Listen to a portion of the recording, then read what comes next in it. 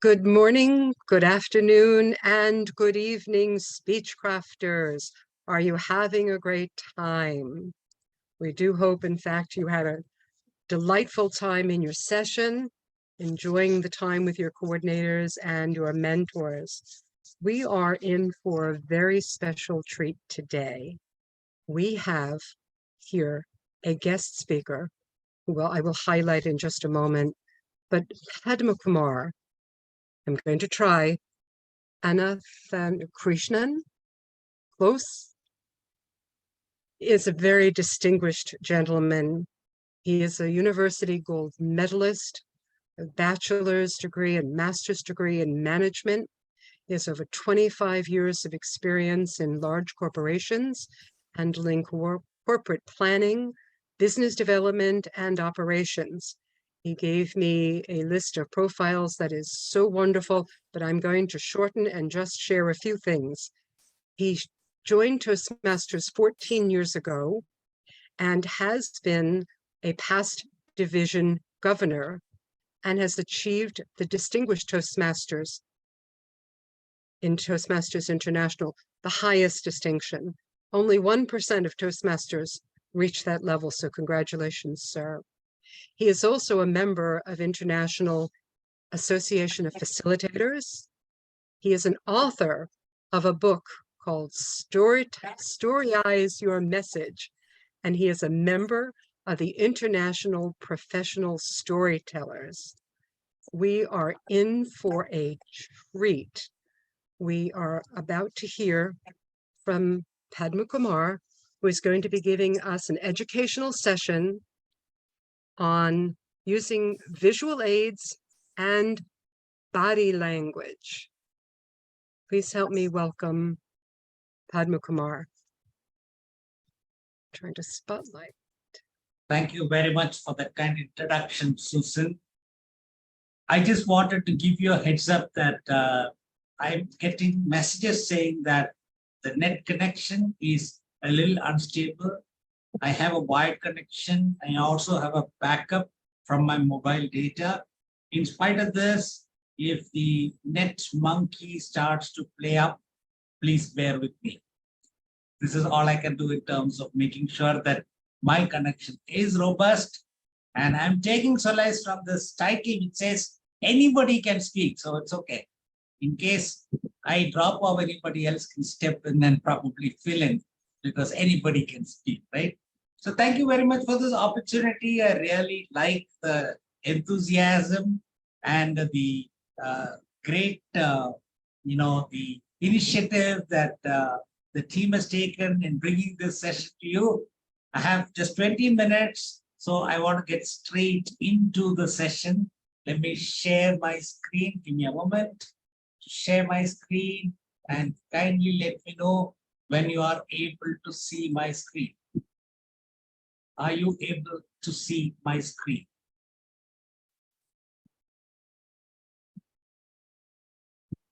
It's visible. Yes. Yeah.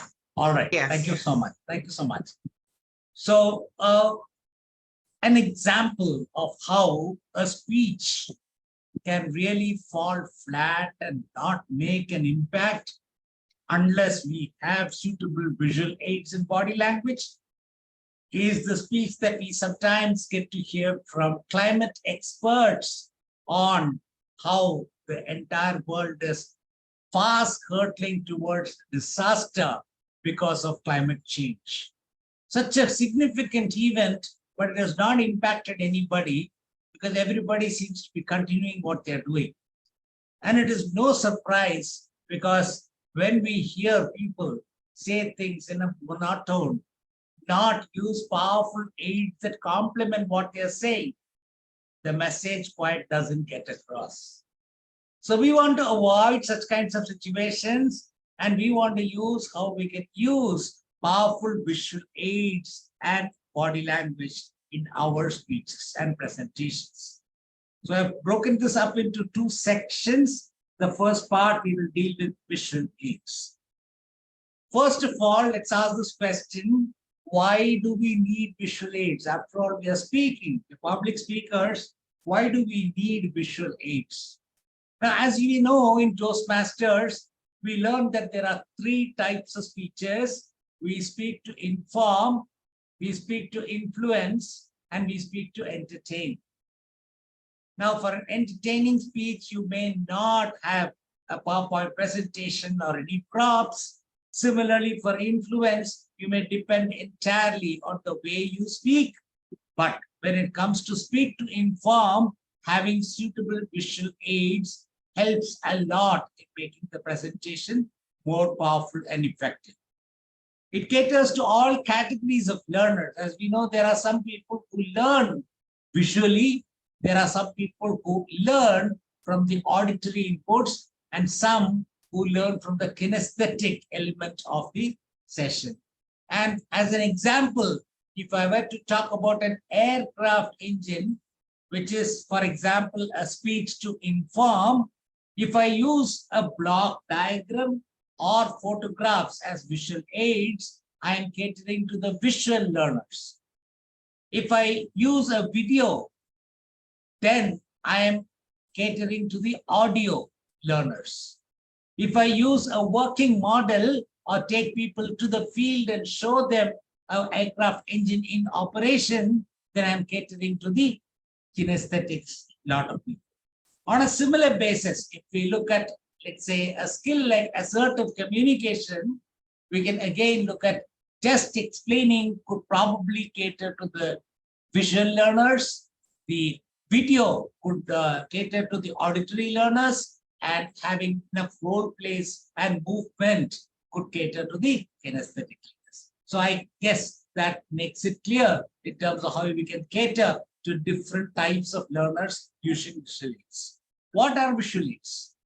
Primarily, people look at it as PowerPoint text. It's a significant contributor to the way in which we use visual aids, but there are other things we must take cognizance of as well. For example, we may use props, whatever props that we want to use, or even people could be a visual aid. Sometimes even an imaginary object, when I show my hand like this and talk about a ball, you can visualize the ball even if there is nothing in my hand. So you remember that visual aids can also be imaginary. Sometimes we use maps, flow charts. Remember, this is for speech to inform that we are using visual aids, and therefore sometimes maps, flow charts for communicating our ideas become powerful visual aids. Flip charts, whiteboards help to solicit or receive information from a team. Those are also visual aids.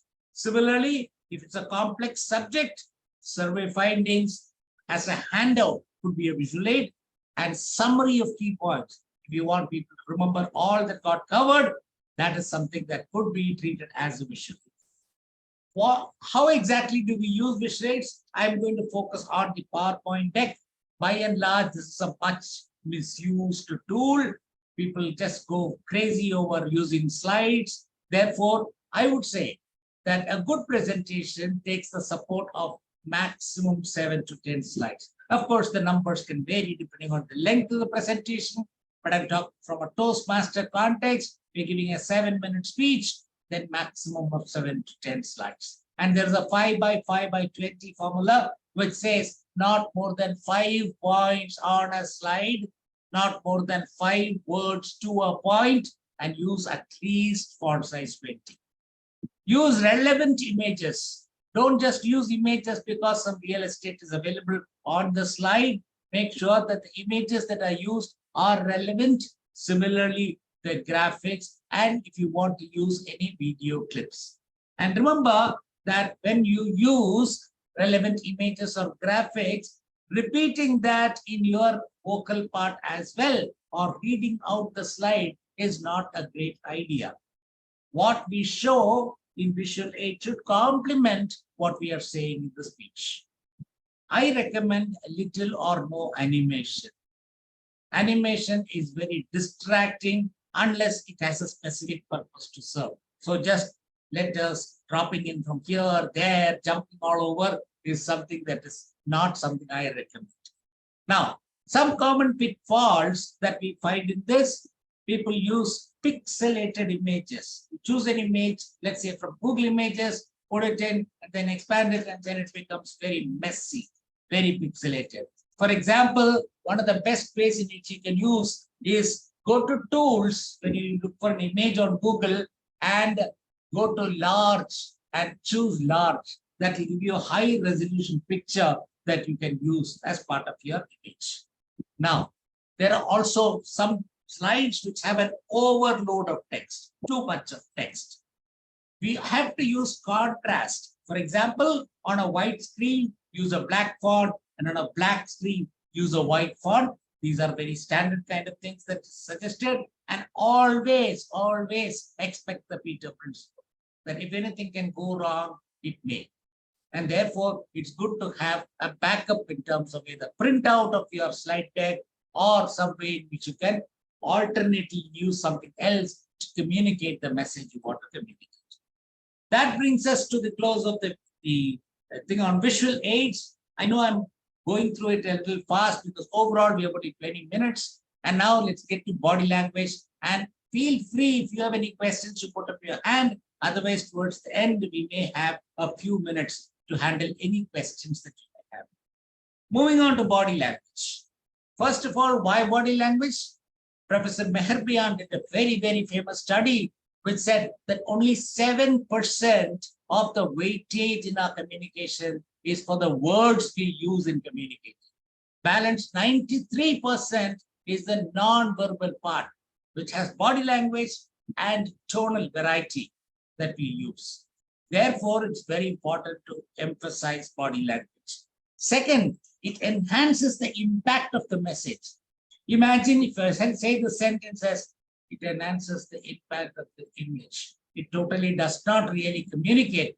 But when I use body language and I use the right tonal variety, I'm able to make the point. It improves the retention. You remember what you hear because of the complementary body language that the speaker has used. And it also helps to convey your intent, sincerity, for example. You convey sincerity of intent and you convey emotions, which is what stays with the audience members. What is it that we can use as part of body language? We can use gestures, we can use facial expressions, eye contact, very important, and in a written communication, translate in terms of emojis. How we orchestrate the stage? I normally recommend that people do not use it just like that. Because I have space, I just move around all over the place. Is not a good use of the stage. It is very purposeful movement. Why am I moving? What am I trying to depict? What scene is happening here? And so on, which helps in terms of a meaningful and intelligent stage orchestration. We also need to have emotional and contextual consistency. For example, if I'm talking about a sad matter and my face is beaming away, obviously there is an inconsistency between the emotion that I show and the content that I'm trying to communicate. Therefore, it is very important to have contextual and emotional consistency with what I'm trying to communicate. Now, let's take a quick guess at what is this person showing through body language in these 4 pictures. All right, we do not have time enough to guess. So let me go ahead and tell you that the first one to me appears that he is saying, I don't agree with what you're saying. The second picture says, how is this relevant? Maybe what you're saying is right, but why should I listen to this? The third is, when will this end? When is the timer going to show the cards? And the fourth could be, that looks interesting. And I'm happy that all of you have the fourth expression right now. Thank you so much for that. Avoid certain habits like nail biting, suggesting security or stress, locked ankles, particularly if you're on a stage in physical form, that communicates anxious thoughts, rapid blinking of the eyes, shows uncertainty or concern, tapping or drumming of fingers, which shows impatience, and fidgeting, which communicates your disinterest or distraction. Adopt power posture, chin up, square shoulders. Smile also with your eyes. Very important. Sometimes we find the smile doesn't quite reach the eyes. It's very important for the eyes also to communicate that you are indeed happy to be in this forum. Eye contact, how much of eye contact is good? Don't keep staring at one person all over the time. Also, don't just flick your eyes every second to a different person. Ideal thing is when you communicate a point, for a point, stay connected with somebody's eyes and then move on to the next. And try and cover the entire room during your entire speech in terms of eye contact. Hand gesture should be above the waist and open palms. Things like accusatory finger or closed kind of a hand gesture are not things that communicate a positive message. You also look interested because there are mirror neurons that help the audience member to feel the emotion that you are displaying, and therefore leverage that and make sure that the mirror neurons get the right kind of emotion. How do we practice this? In India, we have a dance form called Bharatanatyam. And in that, we have this thing called Navrasas, which are the 9 emotions that you can project. There is the Shringara Rasa, which communicates romance. There is the Hasya Rasa, which is laughter. There is the Karunya Rasa, which is compassion. There is Raudra, which is anger. Veera, which is bravery. Bhayanaka, which is fear. Vibhatsya, which is disgust. Adbhuta, which is wonder. And Shanta, that is peace. Now, many times we think, yes, I can communicate an emotion, but stand in front of the mirror and practice this. And second, go to somebody and say, I'm showing an emotion on my face right now. Can you guess what that is? Many times it will be completely different emotion that they see on your face as compared to what you're intending to show. So it takes some practice to be able to get an emotion on our face, because right after school age, we've been told to suppress our emotion, don't show your emotion, etc. So we've lost the ability to really show genuine emotions on our face. Now, this is something that should not do. I just wanted to demonstrate to you. Don't use unnecessary animation. But I use that to show you how irritating it can. But the message is important. Put life into your speech. Do what it takes from visual aids perspective as well as body language to put enough life into your speech. And we normally, if I were there in person with you, we'd probably have done an exercise in terms of how we can show various emotions on our face. But then I leave this to you to do as an exercise after the session. Try and use the sentence called, look at me. Say that with all of the 9 emotions in front of a mirror, and you will know how easy or difficult it is to project an emotion on your face. So that's all I have for you in terms of the content. I'm now open for any questions. Q&A time.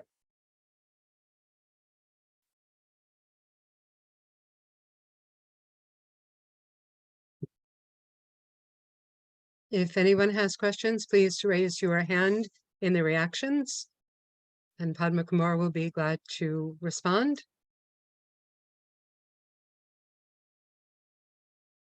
Did I go like a bullet train, or was it an even kind of a pace? Was that okay? We have Suhani has raised the hand for a question. Yes.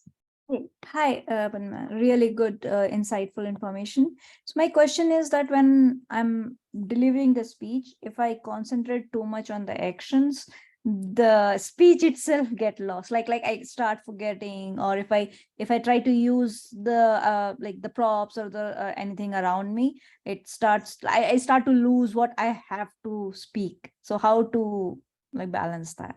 That's a very astute observation. Anything that we learn, including body language, initially is something that we have to incorporate with effort. We call that the stage of conscious competence. Conscious competence is we develop a competence in terms of using body language, but we are very conscious about when and where we are using. It's very similar to driving a car. Initially, you need to know, okay, which leg is on the clutch and which is on the accelerator, etc. I'm not talking about automatic vehicle. I'm talking about the regular vehicle, but you need to be really conscious about what are you doing.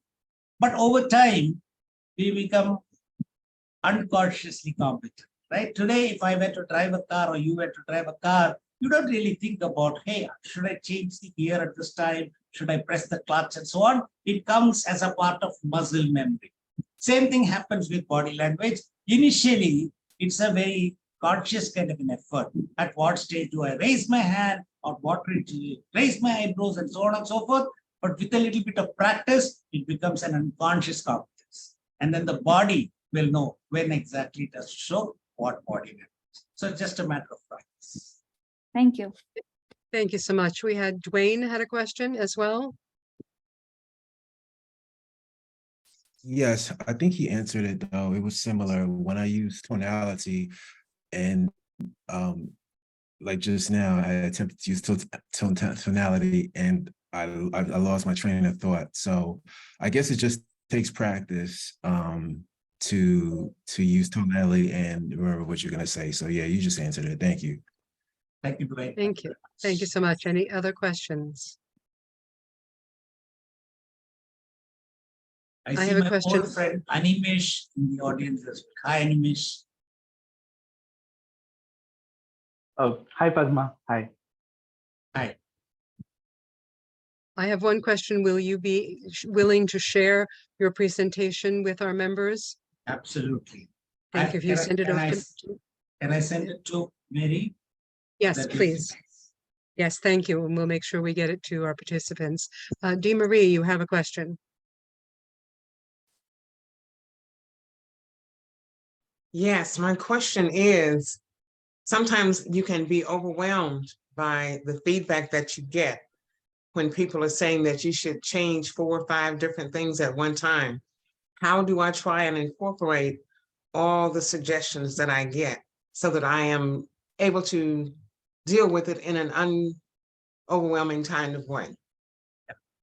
So there is this analogy of the colored tail. If somebody comes and tells me that I have a colored tail, I need not really pay a lot of attention to that. But if 7 people consecutively come and tell me that I have a colored tail, I better pay attention to it. Yeah. So whatever inputs that are coming in terms of the evaluation or in terms of feedback that are coming in, are things that are coming in a consultative mode. Whether we incorporate it or not is a call that as a speaker we have to take. Sometimes the inputs that we get may not be consistent with each other. Somebody says, hey, you did excellent stage orchestration. Somebody else says, what is the unreasonable movement you are having all over the stage? So if you look at both of these and try to incorporate both, it's well nigh impossible. So therefore, ultimately, whether you incorporate an input that comes in is left to the speaker. And I would strongly suggest that if an input is coming from multiple sources frequently, that's when you really have to prioritize that and pay attention. A random input coming in from one of the people, it's something that you can keep in mind, saying, okay, that input has come. Let me see if it gets validated by more people observing that. That's the way I handle it. Thank you. We have another question from Gopal. Hi, yeah. Thank you, Padmakumar, for that wonderful, informative session. And we learned a few things, added a few things to our arsenal as well. I have a question. You mentioned in your presentation deck where you said that we should avoid using animation. It does make sense in the corporate world when you don't have to use animation because that looks really silly. But those animations can be used more effectively in some of the other speeches. So what is your take on that? I mean, why you said that we should not use it at all? Well, if I came across as saying you should not use it at all, I'm sorry, I take it back. What I'm saying is that people generally tend to go overboard. Once they learn how to do animation, they tend to go overboard and show their skills in using animation than asking, why am I using animation here? If, for example, I'm communicating something in terms of a movement of a price of an item from this level to this level, and I use an animation in terms of an arrow, which takes the price to some other level, there is a meaning behind it. There is a purpose. So all I'm saying is, I'm not saying don't use animation. All I'm saying is before you use animation, ask yourself, why am I using this animation? And if it makes sense, please go ahead. Okay, great. Thank you. Thank you. All things in moderation. We have a question from Mary Thomas, Dr. Mary Thomas. Thank you, distinguished Toastmaster Padmakumar, for your session. For the benefit of the audience, let me tell you, I always enjoy when DTM Padmakumar is on stage. He's a fantastic speaker. And I asked the question The feeling is reciprocal, Mary. Feeling is totally reciprocal. But go ahead with the question. My question would be, which is actually something I'm challenged in the sense that coming from the legacy program, we are taught, or rather told, how we should stand at the lectern, how we should present, and all that we should do. Now the challenge that we have is millennials and Gen XYZ, who are very easily distracted. They are not interested to listen to someone for even 5 minutes. They are on their phones.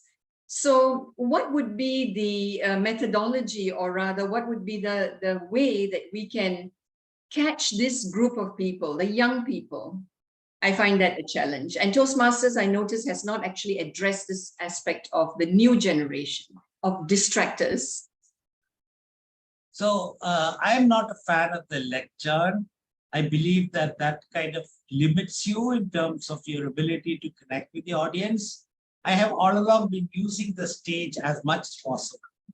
But in certain situations, particularly when it is a very young audience and people who tend to get distracted quite easily, it is also okay, in my opinion, to get down from the stage and go around and mix around with the participants.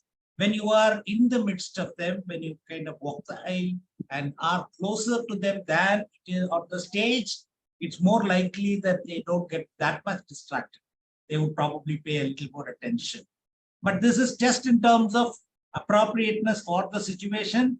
In certain situations, the organizers may not like you to get down from the stage and mix around with the audience. But where there is the opportunity, I would strongly encourage you to try that as well. How about for online presence? Is it asking engaging questions and get them into the meeting? I think that should be one of the ways. Oh. So I am willing to also learn from you or online, because I have a challenge in even getting people to come on video. It takes a lot of effort to keep requesting, and invariably sometimes the response that comes is, I have a poor connection, or I'm in a place where I can't switch on my video and things like that. You have to accept it. And we know that we cannot insist beyond a point. But over time, if they are on video, then it is more likely that you are able to engage. But if they're not on video, I don't know what they are doing behind their screen. They may, for all you know, be involved in doing some domestic activity or maybe some parallel processing. And that is a big kind of a risk that we have in online meetings.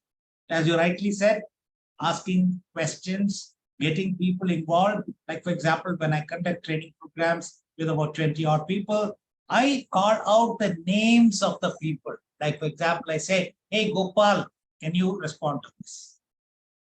Even then, sometimes Gopal is not at his seat, and he just, has kept his screen on and he has wandered around. But at least if people are aware that there may be an opportunity for the facilitator to call out a specific name and ask a question, they're more likely to stay at their place. Again, all of these are, workarounds rather than assured kind of means of ensuring engagement of the new generation audience. Easily distracted. Thank you very much. Thank you very much, DTM. Thank you. We have Jean Marie with another question. First of all, let me apologize for being remiss. Your presentation was excellent. The visual aids were just great. And that is where I start with my next question. I am not someone who is techno savvy. And when they say visual aids that I have to share the screen, I freeze and freak out almost. My visual aids would be in the form of prompts. I have a key speech that I give where I use crutches. I had an injury and I can pull the crutches in at some point, and my voice and all falls in line with the fact that I'm learning how to use crutches and then I cast them aside. And that seems to be an effective, what I would call visual aid, because is that something that I can use, a prop as opposed to a visual aid, since I am challenged when it comes to technology? Thank you. Yeah, you could, but I would strongly recommend that, anything that we feel that we need to learn, it's an opportunity for us to learn. So rather than a long-term substitution because of challenging technology, I would encourage that, because it's going to be long-term useful. See how you can get up to speed on at least the basics of technology. That, like, for example, share screen is not something that you can stay away from for too long. Similarly, using some visual aids that are, in online meetings, also something that the more we accept it and start adopting it, the lesser it will be a challenge. I know it's a journey. It's not overnight that will happen, but there's no escape from it. World is going to continue to be hybrid. There's never going to get back to a fully in-person type of environment. And therefore, I would strongly encourage that you look at ways in which you can get reasonably comfortable in Thank you so much. Thank you. Wonderful advice. We have one more question from Gopal. Yes.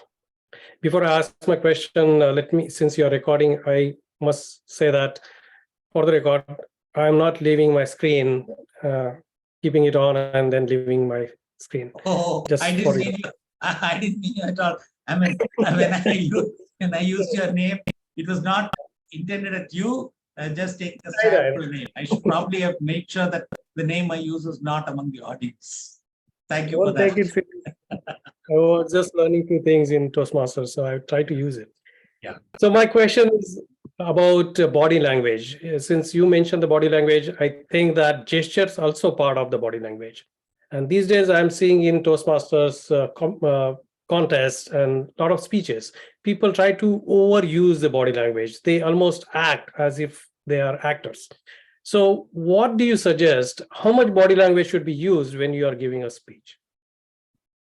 Yeah, you're right that people sometimes tend to overuse, but then in their defense, in large contests in Toastmasters type of environment, they're talking to maybe 2,000, 2,500, 3,000 people when it comes to semifinals or the final stage.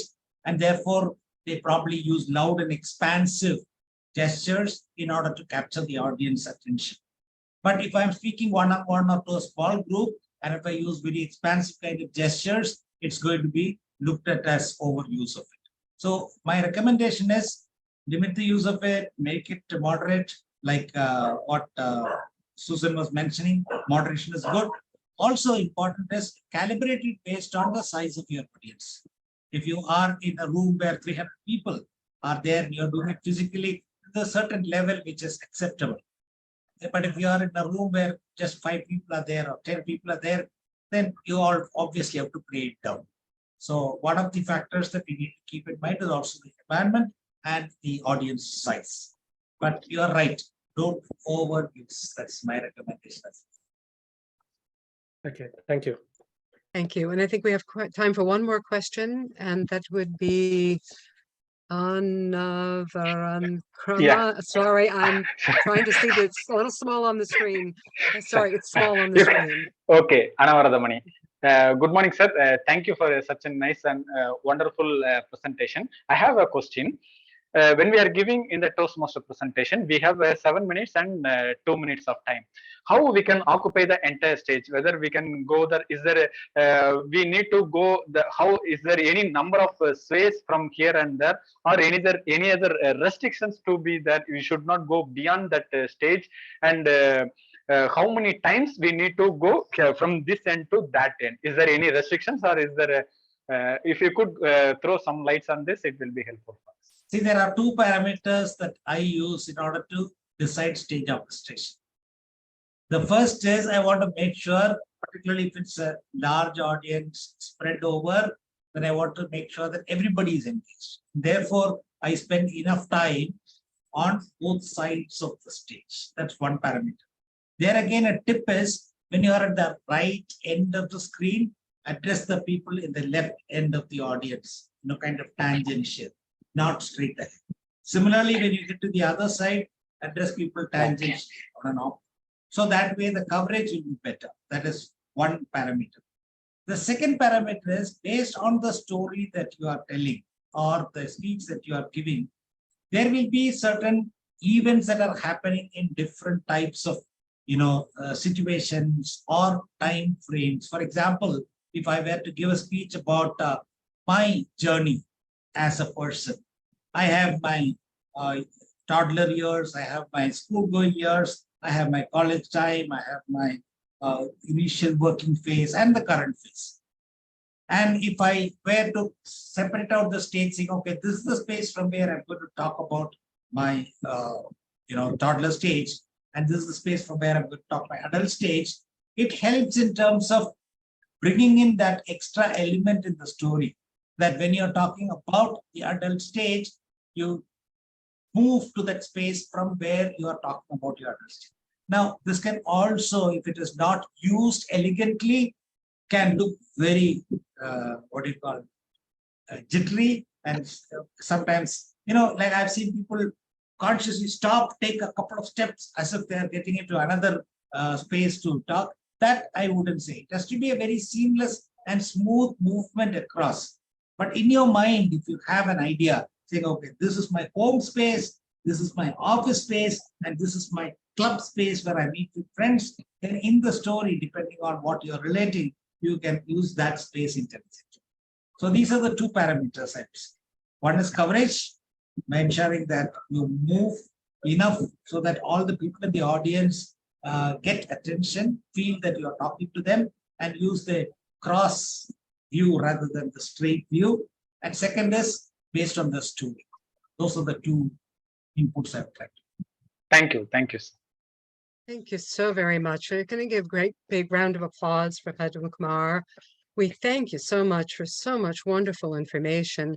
I do, in fact, have need to share screen to give you a peek at the presentation that we have for you. This will be sent to you as well.